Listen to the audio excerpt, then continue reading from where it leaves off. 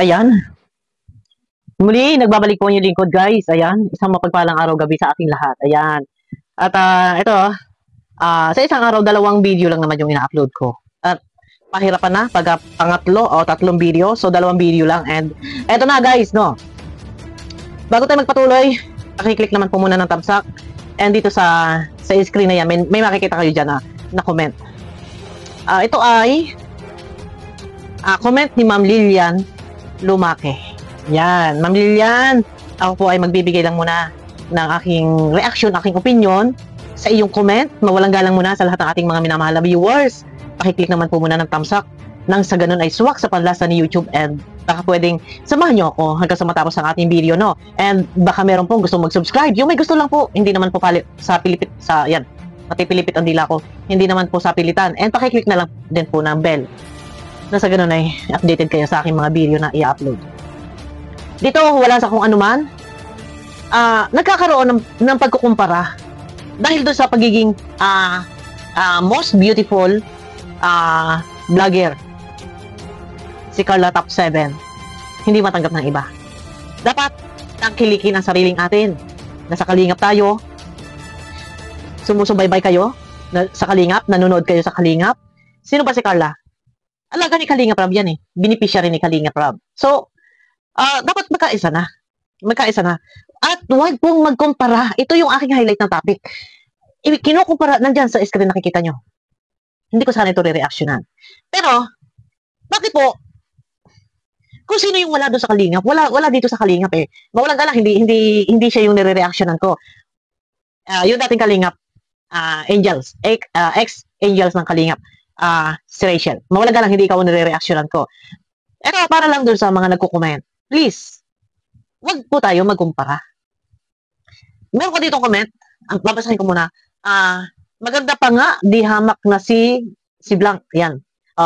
Sabi niya, maganda pa nga, di hamak si Rachel at legit vlogger na talaga siya, head to toe, beautiful talaga siya. Di yan totoo, nagkakamali din yung survey na yan. Pagtabihin niyo si Carla at si Rachel, walang sinabi si Carla. Ganda niya, black beauty si Rachel. Sorry, mapamagit lang ha. At mukha niya, black beauty, at mukha niya kaya di siya legit ang survey niyan. Kung sa vlogger na talaga si Rachel. Sorry, mali-mali yung chat niya, yung letter. Si Rachel, at ang dami nang natulungan sa matataas din ang views niya, kaya di yan legit. Nagkakamali lang yan yung survey na yan. Pinalala pa siya dito ng mali yung survey. Okay, sige po. Mali na kung mali. Kung sa tingin ninyo ay hindi kayo, sa ngayon hindi kayo naniniwala, wala naman po problema eh. Hindi po kayo pinipilit kung hindi kayo maniniwala. Okay, fine. No problem. Pero wag na po kayo magkumpara. At wag niyo na po sanang banggitin kasi wala po siya dito sa Kalingap. Ilabas niyo na po yan. Kung sino man po itong Rachel na yan, wala tayong binibigyan ng apelyado rito, or ex-angel ba yan, wala na po yan sa Kalingap, at wag na wag po tayo magkukumpara kung kanino man, dahil tayo po bawat isa may kanya-kanyang angking kagandahan, hindi man sa kagandahang panlabas, kagandahang panloob, no? Kasi bakit kasi humahantong kayo doon? Ang dami kong nababasa sa comment, hindi ko na lang, guys, pasensya na po ha. Kung meron man po mga negative na mga comment, hindi ko na po kaya yung tutukan. Sa totoo lang, lalo na po kung 2 o 3 video ang upload ko, ilan po yan na comment na lahat po ay aking tututukan. Pasensya na po, pero sana unawain na lang po natin yung ibang mga basher na kung ano-ano na lang po sinasabi. Expected na po natin yan. Sa iba, kung maganda sa inyong paningin, itong tinutukoy ninyo, sinong itong Rachel na to? Ito ba ay yung ex-angel? Bakit po hindi siya napansin? Bakit hindi po siya nasama monthly sa mga top, sa most beautiful vlogger, sa mga nangungunang charity vlogger? Papasama man po yan dito lang sa Kalingap noon. Pero wala na po siya. Kung sinasabi niyo siya yung maganda, di wow, maganda po, maganda talaga. Pero bakit nga po? Kung siyang maganda, bakit po si Carla ang napasama sa top 7 ng pinakamagagandang vlogger dito sa Pilipinas? Yun na nga eh, maganda ko sa mga yes. maganda. Huwag ninyo nang i-comment dito at wala na po iyan dito sa Kalingap. At hindi na po iyan dapat pag-usapan dito. At bawal na po sila pag-usapan. Wag na po ninyong i-comment. Sino ba? Itong mga nagko-comment na ito, sinisingit ninyong mas maganda. Ang dami nagko-comment, binabanggit-banggit yung pangalan ng ex-angel. Ang dami. Yun yung inyong, yan ang inyong pagkakaalam na yan talaga yung maganda. Ang balakas yung Diyos. Okay, tinatanggap. Bakit nga po, hindi nga po siya napansin kahit kailan? Ni Pinoy History. Bakit nga po yung bagong vlogger na ito si Carla, 4 months, 3 months, 4 months pa lang, ay siya po yung napansin. O, di ba? O, may angal kayo. O, maangal kayo eh. Hindi ninyo matanggap. Ay, kung hindi niyo matanggap, ay bahala kayo sa buhay ninyo, ma-stress kayo. Kung meron pang masigit yung mas maganda, ay bakit nga po hindi nga po napapansin? Ha? Kahit si Jessica Soho, na number 1 na vlogger, na nagbablog siya, binablog niya yung mga viral. Ha? Si Alex Gonzaga. Di ba? Bakit nga po hindi napasama dyan? Yun yung tanong. Oh, iba? Nako, baka naman sabihin ninyo, iba yung beauty talaga ni Carla. Maganda talaga si Carla. Oo, baka sabihin ninyo, nagpapabango ako sa mga makajump car. Huwag ninyo ako na. Huwag na lang ninyo ako i-subscribe. Baka sabihin lang naman ako yung nagpapabango. Pero ang akin lang, ang hina-highlight ko lang, bakit kung sino wala, ang dami dyan. Scroll nyo yung aking upload kanina. Yung sinundan ng video na to. Kung sino, yung wala sa Kalingap, doon nyo ikinukumpara. Huwag kayo magkumpara. Dahil mamaya mabubulabog sila. Kasi, for example, kagaya nitong pag-reaction ko, ano ba ang highlight ng topic ko? Ang inaano ko dito sa topic ko, huwag ninyo ikumpara. Huwag kayo magkumpara. Ikinukumpara pa ninyo doon sa hindi naman nakalingap. O ito ay dati ng Kalingap Angels. Wala na nga po dito eh. At saka isa pa, hindi po tayo dapat magkumpara. Dahil bawat isa may kanya-kanyang taglay na kagandahan. Hindi lang sa panlabas na anyo. Ang ating mga kagandahang taglay. Alino, ay hindi ko alam po bakit kaya ganito sila. Hindi nila kayang tanggapin. Tanggapin natin. Matuwa tayo. Kasi sino ba? Si Carla ito yung before, ako nagagalit before sa mga viewers at fanatiko. Sasabihin lang nila akong basher ni Carla. Hindi ako basher. Kasi kung basher ako talagang anong lakas ng loob ko na mag-reaction pa? Unang-una, alaga ni Kalingap Rab yan.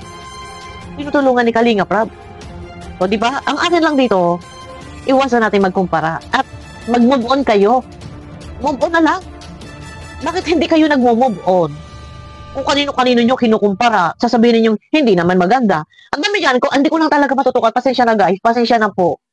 Ang hirap po as ganitong mga creator content, tapos may mga comment, hindi po talaga namin kaya na po. Kahit po sa ibang mga vlog, paglibo na po yung comment, kahit po kay Kalingap Rab. Hindi na po yan. Hindi na po yan kayang isa-isahin pa. Pinapipilitan ninyo, ha? Di umano daw. May bigote. Wala daw puwit. Move on. Move on po tayo. Baka kayong mga nagsasalita ng ganyan, sasabihin hindi maganda, sasabihin walang puwet. Baka po ang puwet ninyo sayot. Di ba? Di ba? Kaya kapula-pula baka naman mas itsurahan ninyo ay mas malala, pinakang malala sa napakalala. Di ba? Bakit kaya nga hindi nila matanggap? Pinipilit nilang hindi naman daw maganda. And nagkamali daw si Pinoy History. Ano ba yan? Napaka big deal. At kumpara kayo ng kumpara, huwag ninyo ikumpara. Yung wala na po dito, yung ex-Kalingap Angels, wala na yan dito. Hindi na yan dapat nating itapik. And kaya naman din ako nakapag-content, nakapaglabas ng ganitong video, kasi baka mamaya sasabihin na dadawit yung pangalan nila. Itong ex-Angels. Kasi yung isa comment, na inipin ko, ito nakapin po yan, inalis ko ini-unpin ko kasi tambakan po doon yung mga comment na nagtatalo na sila, debate na ng debate. So, ini-unpin ko na. Ngayon, eto na, ayan na. Yung may nagko-comment pa doon, akala yata ako nagsasalita nito. Pero hindi niya alam, nakapin lang ito. Ako ang hinaaway doon. Pero ito, comment lang yan. Huwag lang tayong magkumpara dahil kanya-kanya tayo merong sariling kagandahan. Bakit baga kayo'y ganyan? Sasabihin pa ninyo, maganda pa nga di hamak si Rachel. Naku po Diyos. Yes! Oh, sige na. Maganda kung maganda. Bakit nga po hindi siya napansin? Kahit nga ngayon, nakikita natin, nagtutupis na siya, bakit nga po hindi pa rin napapansin? Yun ang tanong. Diba? Yun ang tanong. Bakit hindi, never siya, na pasama sa mga tap-tap na ganyan. Kung dito sa Kalingap, sa mga pag-a-analyze ni Kuya July, nakakasama, pero dito, sa overall, sa buong Pilipinas, hindi siya kasama. O, diba? O, kaya sorry na lang. Sorry na lang yung iba. Iwasan na lang natin magkumpara. Love, love, love. Yun lang ang pinaka-importante. Love, love, love. Suportahan lahat. Orange heart. Sabi nga ni Kalingap Rob, comment ng orange heart kung support ang lahat ng mga beneficiary niya. Yan. No. Sa bagay ito, guys, hindi ko rin sila masisisi. Yung mga nagko-comment ng ganyan, kasi nga, before pa, noon pa man, mayroong mga division sa bawat love team. May division yung kabila, hindi nasuporta dito sa kabila. Yung kabila ayaw sumuporta sa kabila. So, sa pagitan ng mga viewers, nagkakarambula, rarayot sila, awayan-awayan. Kaya, naiintindihan ko na rin sa part na yan. Kasi, hindi bet. Ang bet nila yung isa. Yung kabila naman, ito yung bet nila. So, yun na. Pero, pakiusap, huwag tayo magkumpara. No? Huwag tayo magkumpara. Dahil, kung yaman po ay napansin ni Pinoy History, ay salamat. Kung hindi naman ay salamat din. Hindi naman po yan ginusto ni Carla. Para maging issue, big deal sa inyong lahat. So, mas maganda nga kung hindi yan na naging top 7, walang ka-stressan, walang problema. Hindi naman yan ginusto ni Carla eh. Tapos kayo, gusto kayo sa pagkukumpara. Di ba? Yun lang naman yun sa akin. Kinukumpara doon sa hindi naman Kalingap at wala na dito sa Kalingap. Di ba? Wala na yan dito. Ngayon nga, kahit nagpapantit bra eh. Ngayon, itong ex-angel, nagpapantit bra. Napapansin ba? Hindi. Wala rin pumapansin kahit kailan. Napansin lang nung nandito sa Kalingap, napapasama sa tap-tap. No? Ayun na. Baka tayo maglaot-laot pa, guys. At ito, ang akin lang, huwag tayo magkumpara at hindi naman ginusto po yan ni Carla na siya mapasama sa top. Yun lang po. No? Love, love, love. Pakiclick guys ng thumbs up and baka merong hindi pa nakiklik yung bell. Pag naklik nyo yung bell, i-click nyo po yung all para updated kayo sa aking mga video. Bye-bye po.